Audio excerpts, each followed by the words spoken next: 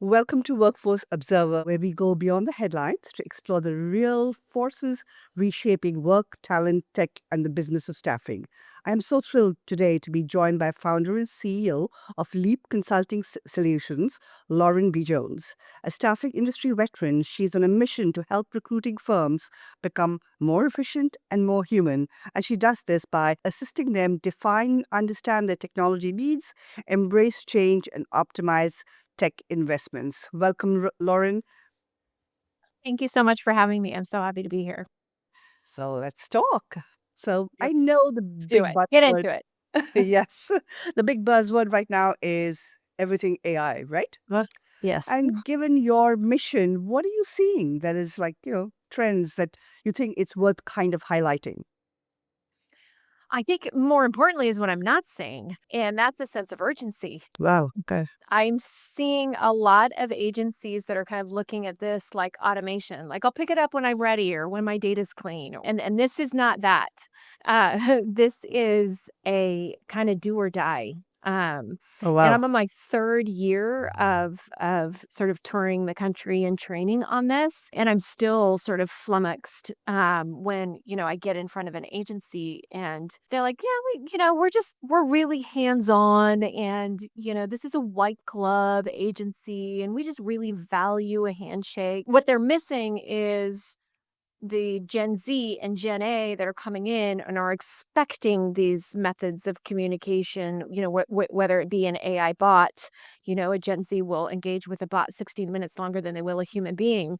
And so, and not just that, this is the great equalizer, right? So you've got the $1 million firm and the $1 billion firm that have access to the same tools at the same cost. And so, and I think that the large firms are going to have a hard time keeping up because they're just, it's moving around a cruise ship with one tugboat. And the small and mid-sized firms are agile and can pick up these things. So I would just say, the thing I'm not seeing and the thing that I'm worried about is the lack of the sense of urgency out there. Actually, it's a really good point. So, where is the industry when it comes to outcomes? I know there's a big gap. So, let's talk about where they should be and where's the gap. The gap is in the middle, right? You've got, I was just talking about this yesterday because what was I keynoting on yesterday? AI. And then we did this big sort of consultants roundtable. And I was saying the same thing. You've got the agencies that don't know where to start, and you've got the agencies that have completely autonomous, hiring life cycles now. And so in the middle is, where there's just so much opportunity. The hardest part is getting started. And I think that's where people get lost. And so, I have kind of this trifecta rule for getting started. Create a policy, educate your people, and then enable them. Like that's it. It's so easy. Right, It's so easy. Create a right, policy, educate your people, and then enable them. To educate them, about the bad actors out there because there's going to be bad right. actors. There's going to be, sometimes I can't tell what's AI and what's not AI, like on things like TikTok and the all of the thing, all of the stuff visually that's out there. So we've got to teach people, how to Right. identify those things or, making sure they don't put PII in an open source tool and all of those things. So again, it's policy, education, and enablement. I mean, this is kind of a two-parter. And I mean, what I'm hearing is it's AI, AI, AI. It's a lot of, so obviously it's a lot of hype. So what's the problem from getting people actually getting started? I mean, if you tell me, like, get started, like, what should I do tomorrow morning? I'm a small agency. What should I do tomorrow? Go find a person who can institute that policy you talk about? Because I'm too busy. I don't have the time. So what should I do? What would you say? I had, we were doing just, we always do a 30-minute free advisory session with potential new customers. And he said, I know I need AI. What do I need it for? Where? Right? That he's Right. like, I know I need it because the guy next Right. door's Right. got it, but Yeah. where? Right. Where would I apply it? Right. And I said, I want you to put out a survey, a one question survey. I said, do you think you get 100% response with a one question survey? He's like, yeah, absolutely. I'm like, if it was just one question, if it's 5 questions, who knows? But, one question, I bet you we could get every single one of them back. And sure enough, he did. But that one question is, what gets in your way every day? You understand from your recruiters, your salespeople, and your leaders what gets in Right. their way every day. You now have a perfect roadmap for where to apply automation or AI. Right. Right. Do you think it would be easier for them to actually just go get a person who can do it on a consulting basis and then show them, okay, this is the way, this is what you got to do, and then move out? Not someone full time maybe, but just for at least 2 months. Just because I'm hearing a lot of, oh, I don't know, because I think there is a bit of fear, bit of, I mean, it's a lot of things going on, right? If you're I mean, asking me, I'm an advisor. 100% I'm going to tell you to come hire me. yeah. Yeah, no, you know, it's fine. It's, I mean, as long as there's full, I mean, you're an advisor. You're saying you're an advisor. You're not saying I'm not an advisor. I'm telling you to do this. So full disclosure, right? And full disclosure, it's I'm a like, I mean, consultant, but, yeah, again, I was at this consultant roundtable right. yesterday, and I said, one of the things I think firms are missing is like a Sherpa. Like, Yes, they a guide. a guide. They Yeah, need a yeah. guide to That's what kind of walk exactly. them through, and it doesn't Right, need to be something. We were just competing with another firm on a bid, and was able to get my eyes on what they were offering, what this right, competing firm was offering. right, And the thing that I was sort of mystified by is that they were solutioning with long term dependence on their firm, right? Which I get the business decision. What I don't get is the service offering. The service offering for advisory firms and consulting firms should be I come in, I help you fix a problem, I teach you how to fish, right? And then we part ways and you call me back in the next time you need me to solve something. right. Um, and obviously we have long term, we've been at customers for 2 and 3 years. That's where we're doing, we are their sort of IT and strategy department. But my Right. point is firms need to have in their they need to have their board of advisors, Yes, they need to who they're have. going to go to for tech, who they're going to go to for finance, just like you would for financial advice or investment Right, advisor. I have a right. tax attorney, I have a corp attorney, I have a trademark attorney. Like That's true. as business owners, we surround ourselves with those types of experts to prevent, potential liability or what have you. Why wouldn't we do the same thing strategically? And so, I guess I'm always going to advise you to, whether it's me or somebody else, to have that guide, have that Sherpa. Yeah, I think that's helpful for the audience to know, regardless of size. Uh, on a more positive note, what are you seeing in terms of actual achievements for AI and the industry? Are Oh you my seeing some gosh. that so you see something out there, at least two things, which you're like, oh yeah, here it is. What would it be? Yeah, I mean, you're seeing teams being able to scale with no additional headcount. Yeah, Like, that to me is really exciting. It is that's true. the purest definition and representation of doing more with less. Right, And if there was ever an economy where we needed to do more with less, if there was ever a time in our industry, since late 2021, early 2022, things have been flat, and or we were just talking about this yesterday, hours are going down, right? We're right, seeing right, margins going up and what have you. A lot of that is higher pay rates. We post COVID, everything sort of went up and healthcare impacted those numbers, significantly. But we're seeing hours go down, right? So if there was ever a time in our industry where we needed to do more with less and we needed to not answer problems in the business with more headcount, right? So I'll give you an example. Normally, we have more payroll. Well, we obviously need more payroll people. Do you? Not anymore. We could right, apply a digital worker, we could apply automation, we could apply all of these things so that the answer to more payroll isn't more headcount required in the back office. And so, right. yeah, that's what gets me excited is this opportunity to scale with the same headcount that you have. Well, that's a good way of looking at it. So you are seeing firms doing that then. Yes, Yeah, 100%. you are. Okay. Anything else that they're doing which is exciting? And I'm not really talking about a tool. Sure. I'm just talking about like, hey, in like outcomes and processes, I guess. Yeah, I reject the notion that AI makes us dumber. I think it makes me wildly creative. And I'm so excited about what I'm seeing with firms and how creative they're being and how they're applying it and things that they're creating. And I think that it has, when used appropriately, It challenges my brain all the time. Like I was just sitting here trying to solve a problem, and I said I should ask Grok.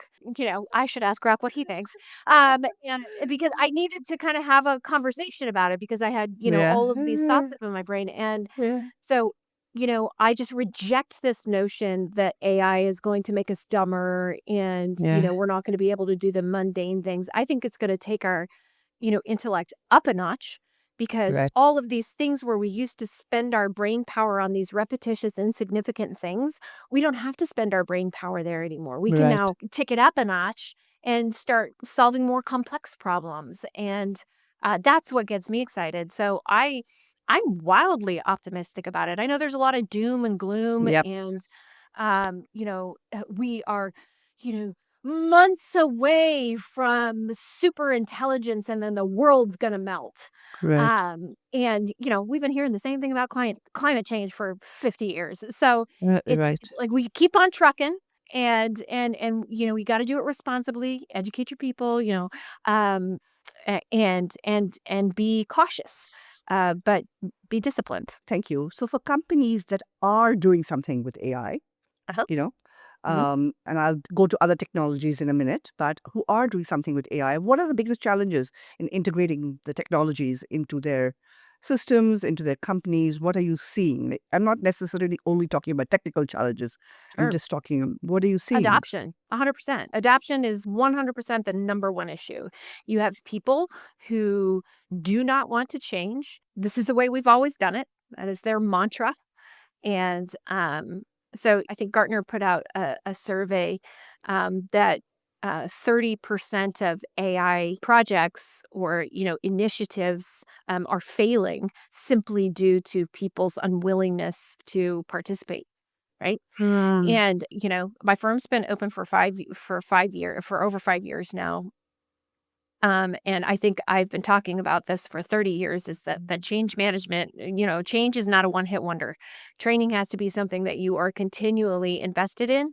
And I think that the more firms can create a culture of change readiness, change acceptance, Mm. change excitement, then the better off they're going to be because this isn't slowing down. It's not going to slow down. And the quicker you get on board and understand that tomorrow is going to be a different day in the land of AI, the better off you're going to be. But adoption is the number one issue. And you've got to fix that through fixing your culture. And then that brings us to the leadership, right? Because fixing Top culture down, is top down. 100%. So, what do you recommend to leadership? Like, what should they be doing themselves so they can? Yeah, they need to, I run quite a few, executive roundtables, and I've got a course now, AI for executives. It's all about kind of the strategic part of AI, and where to apply those, and how to kind of create a roadmap for AI. And leaders need to go get themselves educated, Mhm. and they need to make sure that they've got a roadmap.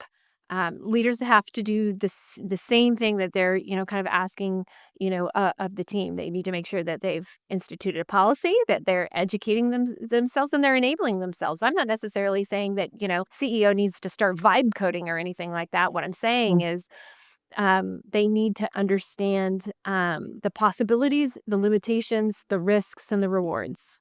Right. Thank you. So, aside from AI, because it takes up so much room, right?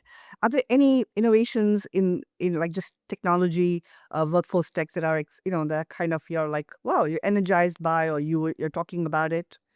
It could be back office, front office. I mean, anything. I mean, sales. I'm really excited to see that we are finally seeing some um, very cool solutions in the middle and back office. Those have been very, very neglected places.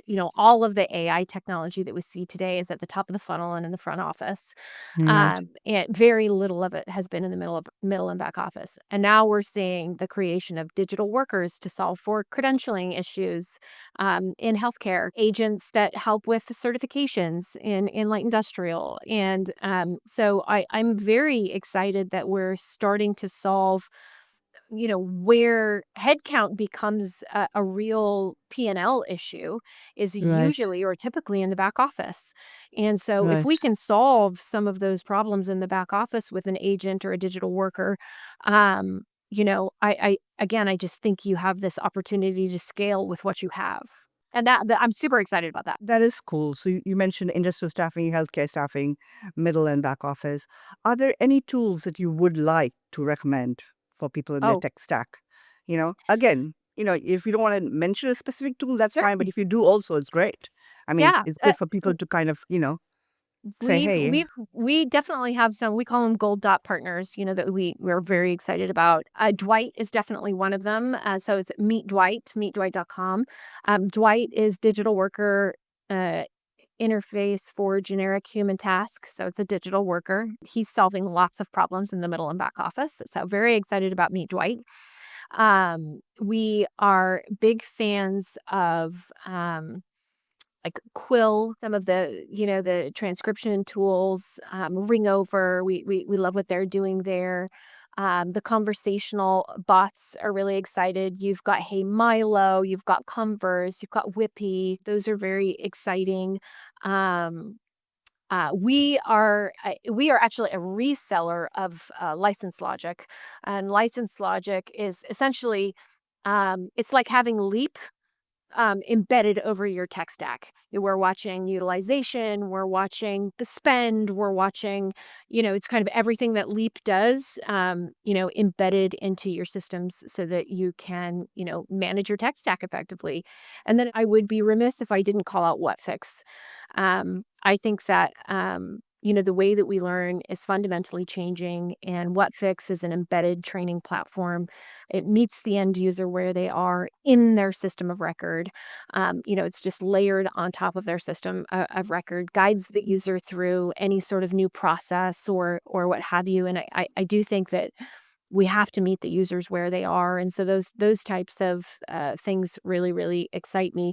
You know, I agents obviously are exciting, a recruiting agent, submittal agent, and job description agent, all of those things, but I feel like at this point they're kind of table stakes. wow. What about ROI? Do people ask you about ROI even before entering the game? And what would you say or what are you saying about I ROI and these wish they tools? did that. We'd Okay. probably stop, we'd probably have not have so much tech bloat if people Right. said, "How am I gonna hold this vendor accountable?" Right. You know what I mean? So Yeah. I absolutely think that you need to understand, how are you gonna hold this vendor accountable? How are you gonna hold your people accountable to using this technology? We have a vendor report card or scorecard Okay. that we love to give our customers to manage their vendors, to make sure Mm, everybody is in the black, like that they are contributing. You have a metric that they move, and that they're paying for themselves, essentially, is what we want to see. are people even following this? I would be, I would Customers love that to work with know. us, yeah, I think customers that work with us, they've got Yeah. their vendors on a report card, and they're managing their vendors quarterly and making sure they Right. understand their roadmaps, and they've got all the good habits that we teach them. But I think they're probably the exception to the rule. Wow. That's interesting. So let's talk a little bit about Leap Advisory. What kind of challenges are clients bringing you today? And I know there is AI, but besides Yeah. AI, what are you Yeah, seeing? we do a lot of AI consulting. Obviously, that's made us very, very popular. Our supercharger agency with AI has been our best selling course for 3 years now. And Wow. And I'm sorry, you say course. What is the course? Can you just yeah, tell me a little bit? Yeah. we have a course. We're actually working on digitizing it now, so you could just come and do it. But today it's a live course, unlimited participants. It's 2 sessions. The first one is an hour of kind of the genesis of AI, practical applications for AI. I give them homework, and then we come back and we do a live workshop. I throw my screen up and we prompt together. It's like a prompting 101 and prompting 201 course, and just diving into the fundamentals. So That's that's the AI. Yeah. course. Yeah, that's And the AI course. so besides AI, I'm sorry, going back Oh, to the my, problems yeah, yes. for that we're solving for customers. So Yeah. we have been doing a lot of optimization. So with the sort of economy where it's been a little uh, hot and cold. You've had agencies that are just kind of, they're just like this, well, looking back and forth, Yeah. like, Yeah. ah, status quo. So most all of our projects this year have been optimization exercises. So how do I do more with what I already have? And I think there was a lot of tech overspend, over the course of, a lot of just, I need automation. So I need this. Right. Oh, wait, my Right. current system already has automation. I didn't know that. So now I have two tools. And, so there's a lot of that. So we've been doing a lot of audits. So coming in and looking for that deduplication or duplicative functionality, and looking at adoption, and then optimizing what they already have. Obviously, a lot of AI, strategic advisory work, and then a ton of change management work. That has probably been the lion's share of what we've done in 2025 is change management projects. Interesting.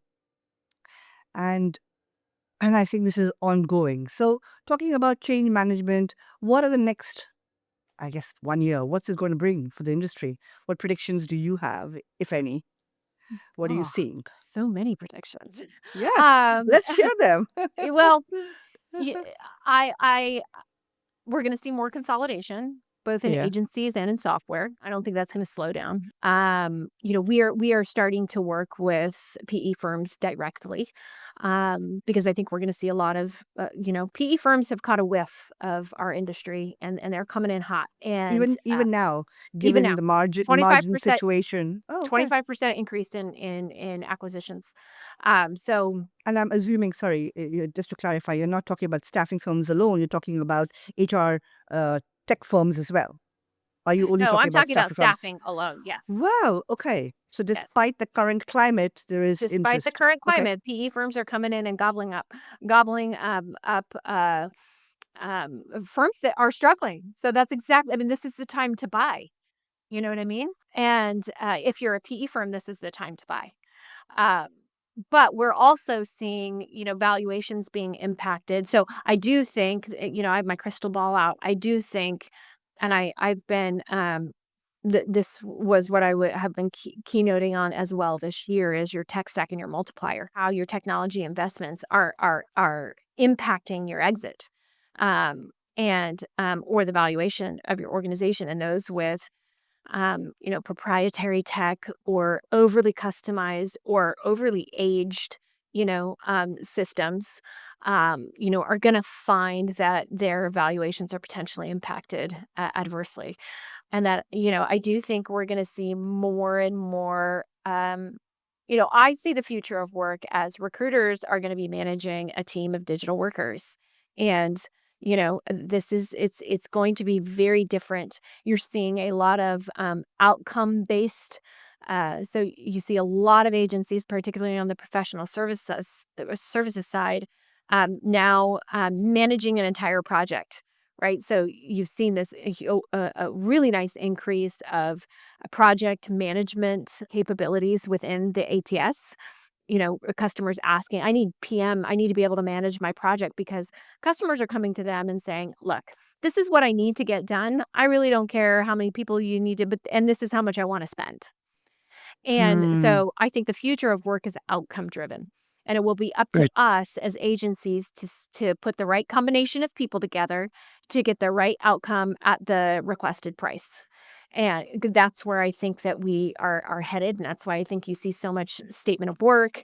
You see so much project driven work. I think you're going to see a lot more direct sourcing platforms. Yeah, it's So to those who are saying doom and gloom, it's the death knell for our industry.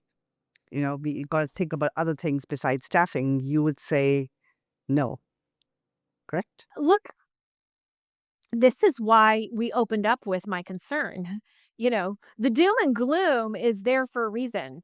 Right. But if you get off your duff and you get engaged and you are leveraging these tools, you have this really great opportunity, I think, to stay relevant. We've been around for 70 plus years. I see us staying around for a long time, but I think it's going to be entirely dependent upon our ability to be flexible and agile, That's great. which we So, haven't traditionally been.